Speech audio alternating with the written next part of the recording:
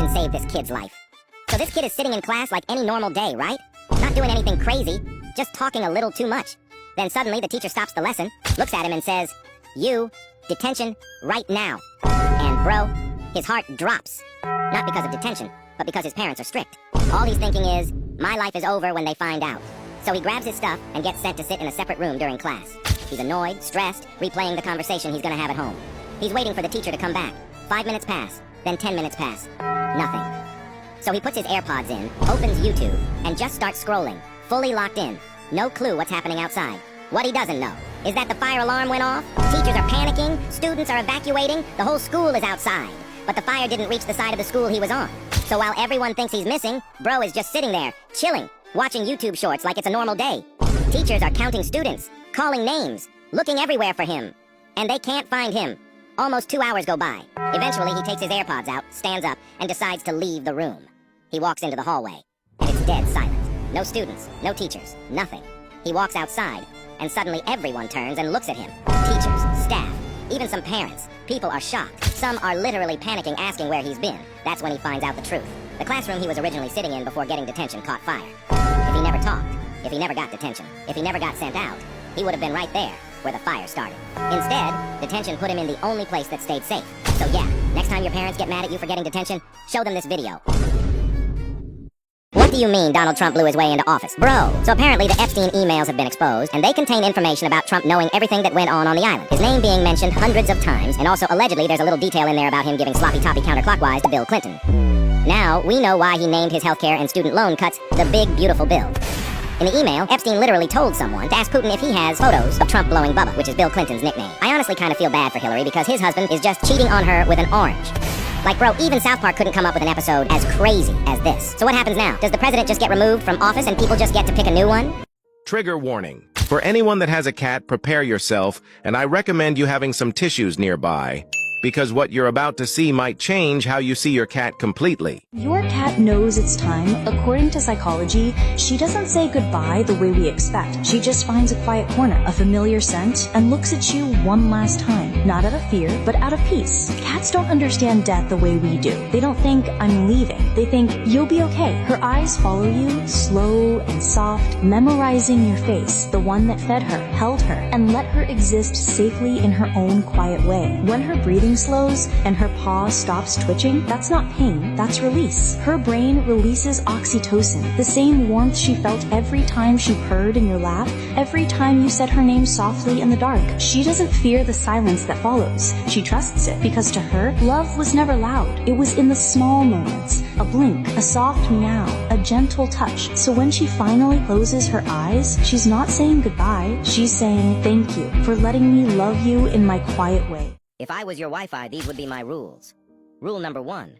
I would never randomly stop working while you're playing Roblox or when you're watching my videos. No rage bait, no sudden crashes, just pure peaceful connection. Rule number 2. When you click a video, instant loading. No spinning circle, no buffering, no delays. Everything would just work the exact second you want it to. Rule number 3. Every time you go into a Roblox 1v1, I'd activate supercharged Wi-Fi mode so you don't lag, teleport, or die around the corner. Just straight up smooth gameplay. If I was your Wi-Fi, your life would be calm. Your games would be flawless, and you'd never scream at your router ever again. Would you want me as your Wi-Fi? It's a different type of pain when you're sitting in your room late at night, and out of nowhere a wave of sadness just hits you. The room's quiet, your phone's silent, and suddenly your thoughts get loud. You start thinking about the things you thought you were over, old memories that replays in your head. Feelings you never dealt with finally catch up to you. And the worst part? You don't cry for help, you don't text anyone. You just sit there suffering in silence, hoping it passes. Because you don't want to bother anyone. Because you don't know how to explain it. So you carry it alone, pretending you're fine. What do you mean Roblox saved this kid's life? So this kid starts playing a new Roblox game called Fish It, right? Just chilling, learning how to fish, how to survive, nothing crazy. A few weeks later, him and his family go on vacation to this island. Everything's normal. Until one day they decide to go to the beach, and the kid falls asleep on one of those inflatable beds in the water. No one thinks anything of it. But when he wakes up, bro is on a completely different beach. No hotel, no family, no people. Just him, the ocean, and sand. At first he's panicking, like full survival mode. He realizes he drifted away and went missing. But then, something crazy clicks in his head. He remembers everything he learned from Roblox. He already knew how to make a fire from playing 99 Nights in the Forest, so he does exactly that. But now it's time to eat, and that's when he remembers the new game he's been grinding, Fish It. He already knows how to prepare bait, where to fish, how to wait patiently, everything. So he fishes, he eats, he survives. Eventually, rescue teams find him because of the smoke from the fire. What do you mean, Roblox saved this kid's life? So this kid starts playing a new Roblox game called Fish It, right? Just chilling, learning how to fish, how to survive, nothing crazy. A few weeks later, him and his family go on vacation to this island. Everything's normal. Until one day they decide to go to the beach, and the kid falls asleep on one of those inflatable beds in the water. No one thinks anything of it. But when he wakes up, bro is on a completely different beach. No hotel, no family, no people. Just him, the ocean, and sand. At first he's panicking, like full survival mode. He realizes he drifted away and went missing.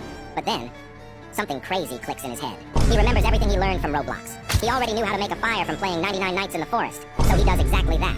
But now it's time to eat, and that's when he remembers the new game he's been grinding, Fish It. He already knows how to prepare bait, where to fish, how to wait patiently, everything. So he fishes, he eats, he survives.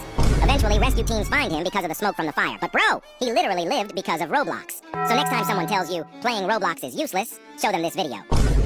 Guys, Diddy is furious right now. So apparently 50 Cent just released a new documentary that exposes everything people have been whispering about Diddy for years. And somehow, he got access to never-before-seen footage from Diddy's own cameraman. Nobody even knows how he got it. The moment it dropped, it shot straight to #1 on Netflix and everyone started losing their minds. Diddy's legal team immediately stepped in and sent takedown threats, saying the footage was stolen and shouldn't be used. Meanwhile, 50 Cent is out here doing interviews smiling like he's been waiting for this day forever. He's always hinted he didn't trust Diddy. And now he's basically saying, see, I told you. This man had 27 terabytes of child porn material on his computer. Do you even understand how much that is? 27 terabytes. You could download the entire Game of Thrones series in 4K 3 times and still not even be close. That's over a year of non-stop watching and you still wouldn't get through it. Like, hello? That's not a couple bad files. That's a full-blown operation.